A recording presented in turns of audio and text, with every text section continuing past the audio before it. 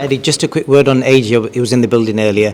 Obviously, with the current situation in Ukraine, is there any news on the potential rematch, etc.? No, I mean, I keep getting asked this question. I keep saying, I feel a bit bad saying, as far as I'm concerned, we're moving on with the fight. Like, no one's spoken to me from Team USYK to say there could be a problem, but there's bigger things on their plate right now, I guess, quite frankly. So we respect that. You know, it's an emotional time for those guys in that country. We're preparing still for May, or early June, and I expect to finalise a date with Alex Krasuk as planned over the next probably 1 or 2 weeks. Just a quick question of last night as well. Josh Taylor versus Jack Catterall, obviously massive controversy. Everyone's saying it was a disgrace, to be honest. What are your thoughts on the whole situation?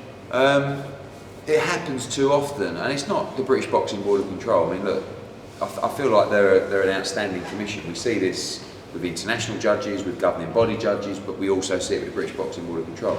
People need to be held accountable. Anyone in a job who performs badly is held accountable. So it should be no different in that scenario when the future and the dreams of an individual are in your hands. So Tony Bellew made a good point that, you know, he says, you know, we get our faces punched in for 36 minutes, and after the fight, everyone's sticking mics in our wanting to know what happened, why did we do this, why did we do this?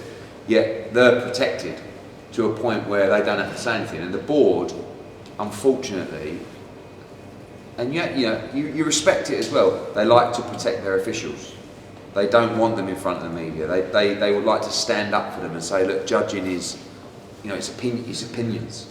But when everybody gets it wrong, and when the whole world scores a fight one way, and 3 people score it the other way, 2 people particularly, especially 114, 111, just doesn't make sense. So you've got a kid from Chorley, and I couldn't believe, I only turned the fight on after 5 rounds, so I have to watch the fight back. But even from the 5th round, I had him winning the fight, and apparently he won the first 4 rounds. So, but at the same time, I'm watching the fight in the 11th round, thinking, I cannot believe Jack Catterall is about to become undisputed world champion, and they robbed him of that, and he should have woke up. And you can say, oh, he'll get another chance, but he'll never get a chance like that.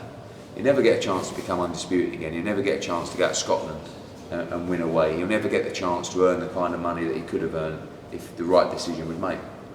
And boxing is one of the few sports where an official has a very has a very big, it has such a huge part in the destiny of an athlete. Do you know what I mean? If you're running a race, if you're playing a game of football, yeah, it could be offside, could not be. LBW, now we go to Hawkeye. But in boxing, a bad decision will ruin your legacy, and you know, and that's what we saw last night. So what needs to be done then? Like, what do you think needs changing? I think they need to be held accountable. I think we need to be speaking to these officials. Also, one of my concerns is and that those 3 judges are good officials, by the way. But since I've been promoting boxing, they've always been there. And where is the new influx of officials? It's not something that young kids are going, do you know what, I want to be a boxing judge. But we need to bring new people into the sport, in my opinion, to officiate, because it's the same people all the time. Are they doing too many? Do they have too many opinions? You know, subconscious opinions of, people talk about corruption, like total load of box, but sometimes an inability to score a fight correctly. But again, good officials, but they get it wrong. And when they get it wrong, because of what's on the line, and because how brutal the sport is, it magnifies the decision 100 times, like we've seen, upward. And it puts people off the sport, which is a terrible thing. So we need to make a point of this to say, okay, we know that was wrong, and this is what we're doing to deal with it. Subject, you know, further to people's opinions, we don't select judges, promoters. We don't have any ability to choose judges or have any decisions, you know, or influx of influence over any decisions. But the commission do, and the commission has to be responsible for poor officiating, which we see last night.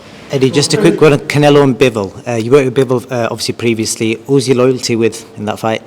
I mean, I represent both guys, but it'd be very difficult not to be with Canelo Alvarez. Got a great relationship. My job is to give Bivol opportunities, which we've delivered in the biggest fight in boxing. I wish him all the best. And it's a great fight. Before today's bout, you were saying that Cieślak is one of the top cruiserweights. You still keep the same impression? Yeah, because he